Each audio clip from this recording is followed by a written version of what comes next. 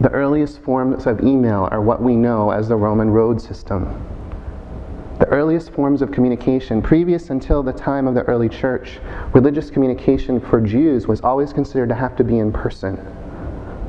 Paul figures out how to use the letter system to communicate with the churches abroad while continuing to develop relationships, while continuing to connect them together by using technology. They also thought they could change the world. There were a small group of people in a significant city. They converted the city, a city of roughly 100,000 people. It's estimated that 10 to 30% of the persons in Antioch became Christian because they saw something unusual happening. This wasn't an impressive group of people. They were kind of ragtag. They were from different racial backgrounds. Some of them were backwoodsy. Some of them were well educated. Some of them were great with technology and marketing. But they were a mixed group of people. They figured out how to use technology, how to be together, how to go out into the world in ways that change the world and change them.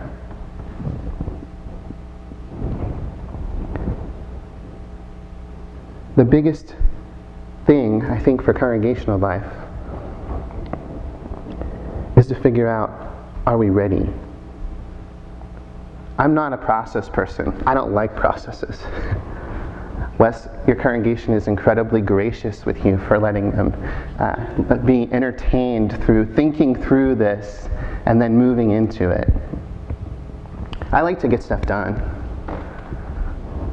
I work a lot with Jessica on editing and publishing, and the one thing that I really love about it is that it's finished.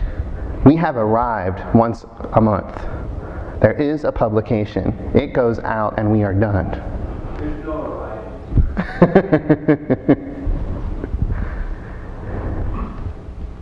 One of my professors from Drew Seminary, this relates to West Swamp, interestingly, Sharon Betcher.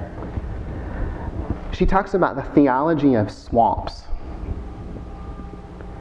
And one of the things that she says is she reminds us that much of North America was covered in swampland.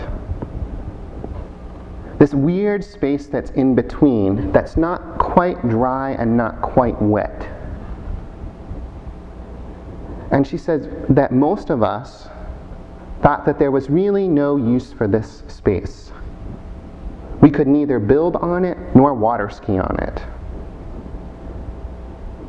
And she said, so for most of our existence as people in the US, we have bulldozed and flattened or dammed or laked this swamp land.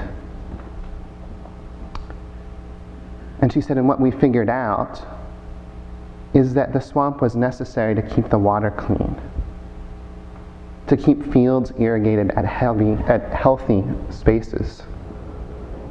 And that we needed this process space to figure out how to be healthy communities where water continues to flow, where we continue to flow, and it's also cleaned. I don't like process.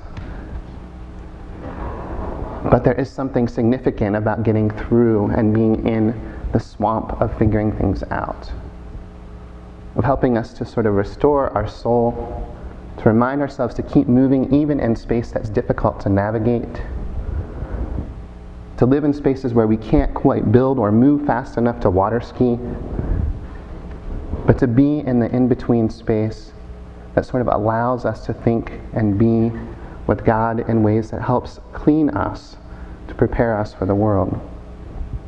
Will we ever be clean? No. We'll always be in a work in process.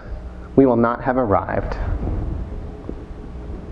But the task for the church is to figure out how to be in that in-between that we are now in.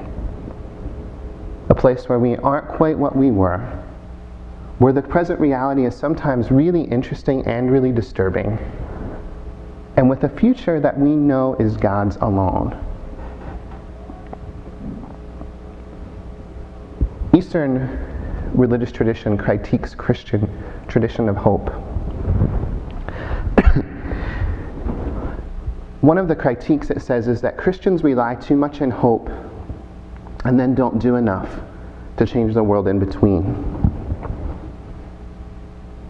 And so our challenge for the future is to not be so caught up on the hope that we know is out there, and then to begin to live the hope that is within us, no matter how difficult it may be to learn to express, to live, or to wonder at.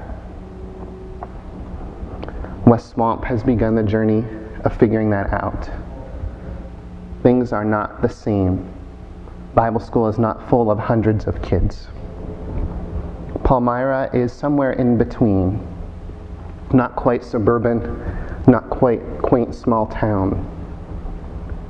What does it mean for us to live that hope and the possibility in being the good news and communicating it, even when the answers are not yet found, and what we know very clearly is that we have not arrived?